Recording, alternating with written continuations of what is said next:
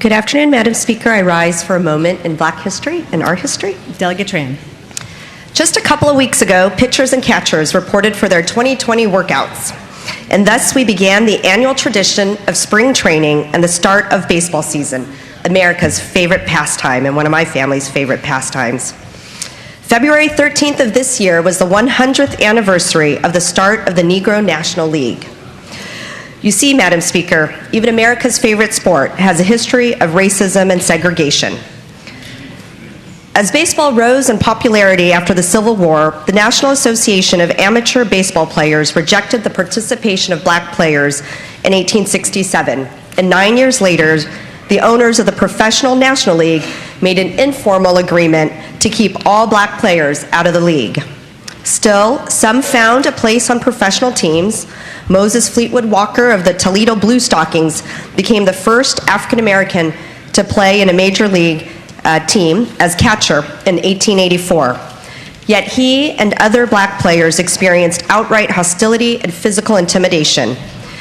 One of the all-stars of his time, Cap Anson of the Chicago White Stockings, threatened to cancel a game if Walker was going to be in the Toledo lineup that day. And by the 1890s, black players were increasingly excluded from organized baseball. So they created their own opportunities and organized travel teams.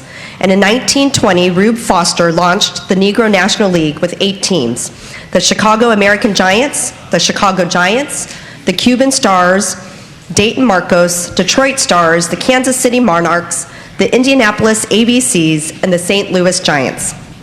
The early success of the Negro National League led to the creation of the Eastern Colored League in 1923, and the two leagues came together for the World's Colored Championship in 1924, and that continued as an annual series until 1927. Other leagues that formed as part of the Negro Leagues were the Negro American League, the Negro Southern League, and these leagues, they grew and they folded as players changed teams seeking better opportunities, and the nation experienced the Great Depression. But the leagues experienced a resurgence. In 1942, 3 million fans watched the Negro League teams. Black baseball became known for speed and daring plays and showmanship. Two famous players were Satchel Paige, who's an extraordinary pitcher, and Josh Gibson, a mighty slugger. But when Jackie Robinson joined the Dodgers in 1947, Major League Baseball was changed forever. And so were the Negro Leagues, as all of its all-star players began to join the majors. And by 1952, there were 150 black players that were part of the major leagues, but that meant that the Negro Leagues didn't receive any compensation when they lost players to the majors. They lost fans to the newly integrated teams, and that led to the eventual demise of the Negro Leagues. The Negro National League disbanded in 1948, and the Negro American League ended in the 1950s. So I want you to remember this summer, when you're enjoying a game at the ballpark, to think about the Negro Leagues, the dreams, the heart, the grit, the contributions of 2,600 men and women, yes, women, who played in the Negro Leagues. The Negro Leagues were possible because of black entrepreneurs. Black entrepreneurs formed and invested in teams. Black entrepreneurs founded hotels and restaurants, barbershops, and every support business imaginable around the teams and in these host cities. And these games often had a higher attendance than the games played in the white major leagues at the same stadium. These businesses flourished and were important economic engines for those communities. And black women, as I just mentioned, also have a history of playing semi-professional and professional baseball. From the early 1900s, black women earned spots on black and mixed teams, from Pearl Barrett in 1917 with the Havana Red Sox to Isabel Baxter in 1933 with the Cleveland Giants.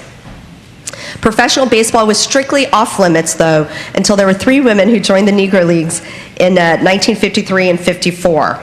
Their careers ended by 1955. I just want to tell you a little bit about Miss Mamie Peanut Johnson.